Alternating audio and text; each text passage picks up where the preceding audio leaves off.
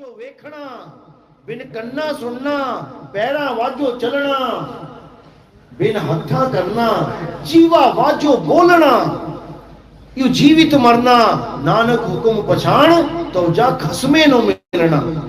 वो खसम है वाणी हमारी, ये वाणी तो हाथों से लिखी गई है, बनाई गई है, लेकिन वो वाणी उसको कोई बना नहीं सकता।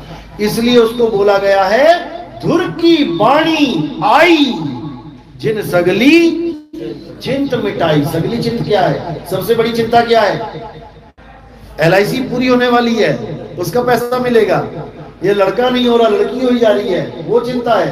या नौकरी नहीं मिल रही है, सबसे बड़ी चिंता है जन्म मरण का रोग। ना जन्म होए, ना टाइफाइड होए, ना कैंसर होए, ना टीबी होए, कोई रोग ही ना होए। असली रोग है तुमने ये शरीर धारण कर लिया। शरीर धारण किया नहीं कि रिश्ते नाते बने नहीं, और उन्हां दी टेंशन साडी टेंशन।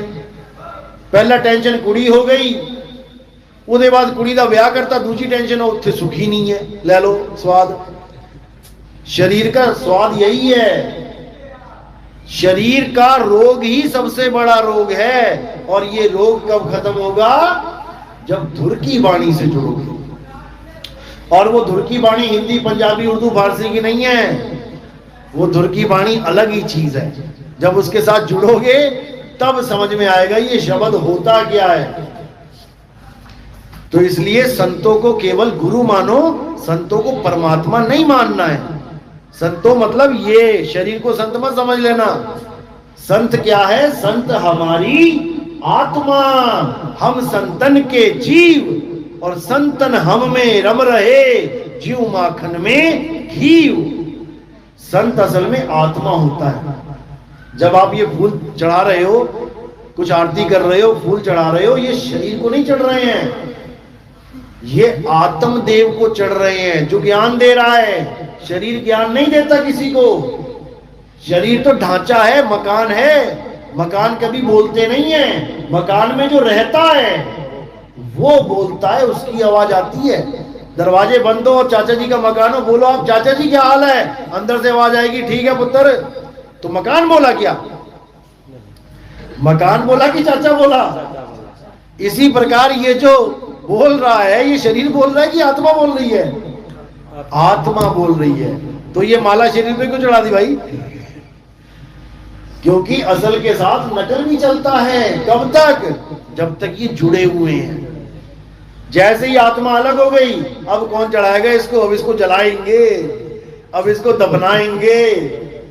इसलिए गुरु शरीर नहीं होता। नहीं तो गुरु को भी दबा के आ जाओ तुम, तो गुरु को भी जला दो अपने हाथों से। गुरु शरीर नहीं होता है। तो इन्हीं दोनों को समझना है। देही को सतगुरु कहे, यह है धूधर ज्ञान, और चार दाग आवे नहीं, वाको सतगुरु जान। जो पैदा ना होए, जो अन्न भक्षण ना करे, जो भोग विलास ना करे, और जो मरे ना, वो गुरु है। इन चार दागों से गुरु न्यारा रहता है। तो कहते हैं दादू मलुकदास जी की वाणी है, कहते हैं चार दाग से सतगुरु न्यारे, अजरो अमर शरीर, और कोई गाडे कोई अग्नि जरावे, और ढूंढ न पाया शरीर। आधी जनता कहती हम जलाएंगे कबीर साहब को, आधी जनता कहती हम दफनाएंगे कबीर साहब को। कहते हैं शरीर ही नहीं मिला उनका, उसकी जगह क्या मिले? ये फूल। इसका मतलब ये नहीं कि वो फूल बन गए। कई लोग कहते हैं जी वो तो विदेही थे, फूल कैसे बन गए? फूल तो तत्व है, फूल बन नहीं गए, फूल बना दिए, वहां पे रख दिए गए। वो कुछ भी कर सकते हैं, वो समर्थ हैं। उनका झगड़ा मिटाने के लिए फूल रख दिए गए कि बांट लो आधे आधे। आज भी वो मंदिर मस्जिद बिल्कुल आमने सामने, आप जाके देख सकते हो मगर में।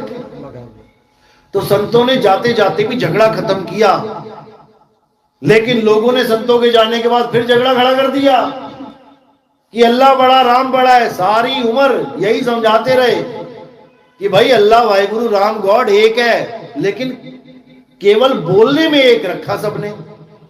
नहीं तो गुरुद्वारे के ऊपर लिखो एक बार अल्लाहू अकबर, किसी गुरुद्वारे पे लिखा अल्लाह अकबर, जबकि वाणी में 10 जगह लिख रखा है, गुरुद्वारों पे नहीं लिखा मिलेगा।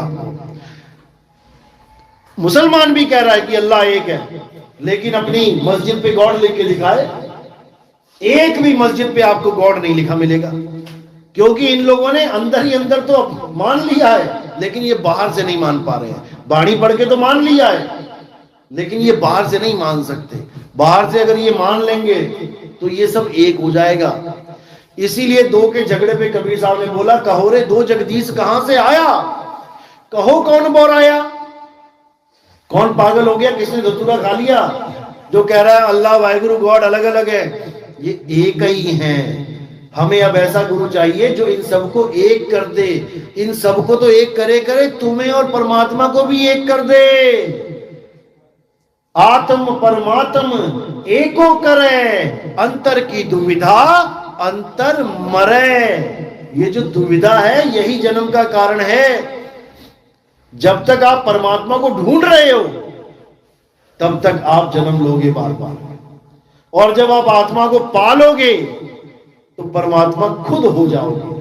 आत्मा को पाना ही परमात्मा को पाना है, क्योंकि वो दो है ही नहीं। आत्म में राम, राम में आत्म, चीनस गुरमुख विचारे। हमारा ये हाल है, हम घी को तो पाना चाहते हैं और दूध को हम नाली में फेंक देते हैं। दूध को नाली में फेंक दिया और घी को ढूंढने निकल पड़े, कहां मिलेगा, नहीं मिल सकता।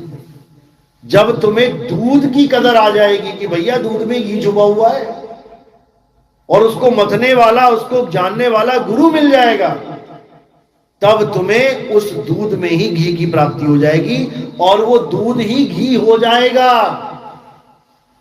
इसी प्रकार आत्मा परमात्मा एको करे, अंतर की दुविधा अंतर मरे। अंतर खत्म करने के लिए ही संत महात्मा इस दुनिया में आते हैं। साहिब कह रहे हैं, अब तो जाए चढ़े सिंहासन और मिले हैं सारंग पानी।